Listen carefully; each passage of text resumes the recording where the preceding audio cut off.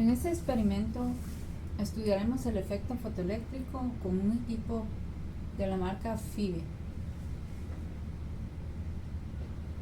El efecto fotoeléctrico consiste en que la luz incide sobre una superficie, en general metálica, y del metal se desprenden electrones. A la derecha vemos un fotocátodo, un material capaz de desprender electrones cuando la luz incide sobre él. A esta corriente de electrones se le denomina fotocorriente.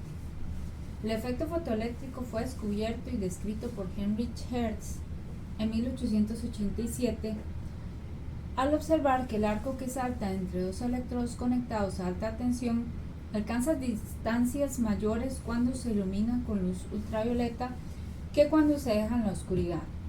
Muchas de las características del efecto fotoeléctrico no habían podido ser explicadas a través de la física clásica, considerando la luz como una onda.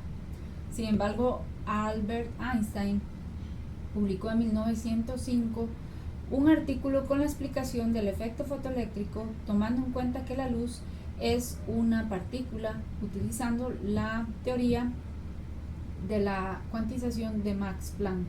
Einstein ganó el Premio Nobel de Física por esto.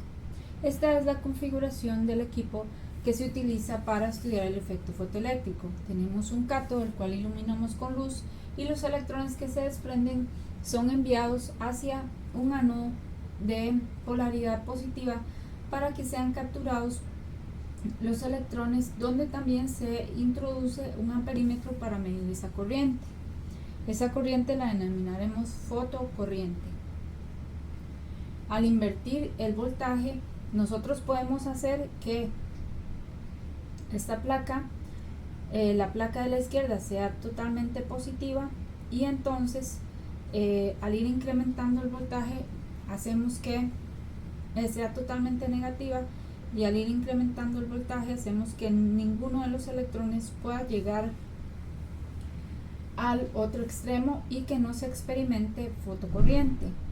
A ese fenómeno le llamamos el voltaje frenado, el voltaje el cual logramos que la fotocorriente se disminuya a cero. Y en este experimento, mediante una configuración de un equipo, lo que tratamos de hacer es medir el voltaje frenado para diferentes longitudes de onda,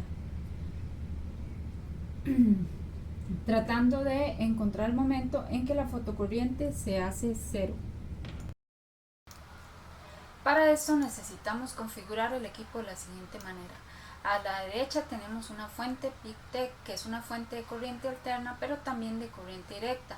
La corriente alterna se conecta directamente a la lámpara y la corriente mediante 12 voltios, y la corriente directa se conecta con 3 voltios al resto del circuito, que está dispuesto para medir la fotocorriente con este multímetro que está a la par.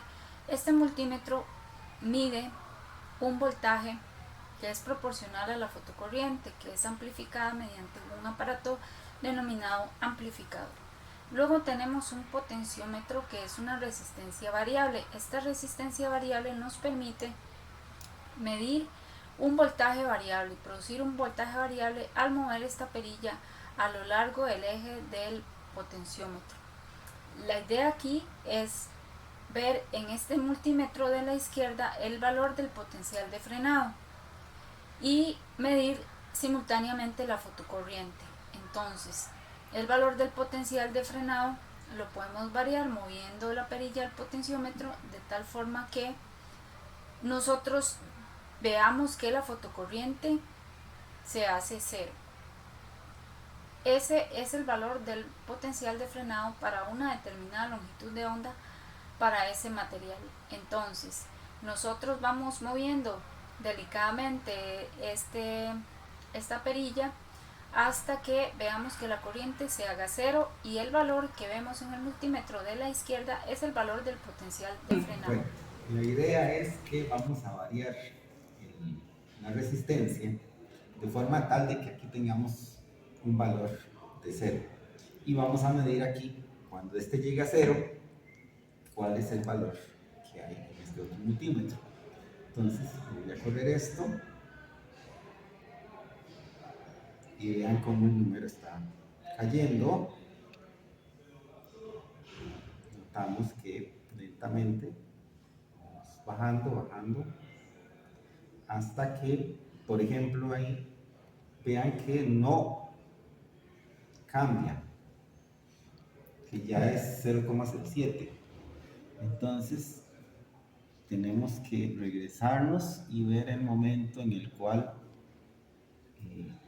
empieza ese cambio. Y, por ejemplo, ahí 0,9, 0,8.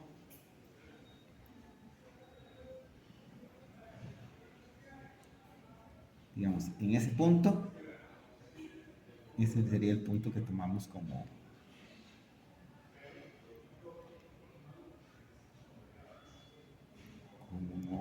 el valor. Y entonces podemos medir aquí el valor, y este es el valor que registraremos en nuestra tabla. En esta tabla nosotros vamos a tener cada uno de los valores de las frecuencias que dejan pasar cada uno de los filtros que vamos a utilizar y que vamos a poner sobre el fotocátodo. Cada uno de ellos solo deja pasar una única longitud de onda. Entonces, para cada longitud de onda determinada, vamos a determinar el valor del potencial de frenado, cambiando la resistencia del potenciómetro. Así cambiamos el voltaje de frenado hasta darnos cuenta cuando la fotocorriente se hace cero. Esos valores los registramos en esta tabla y después con esta tabla vamos a construir a partir del valor de las frecuencias que podemos sacar a partir de la longitud de onda. Vamos a construir un gráfico de voltaje en función de la frecuencia y de esta manera, con ayuda del profesor, determinar el valor de la constante de Planck.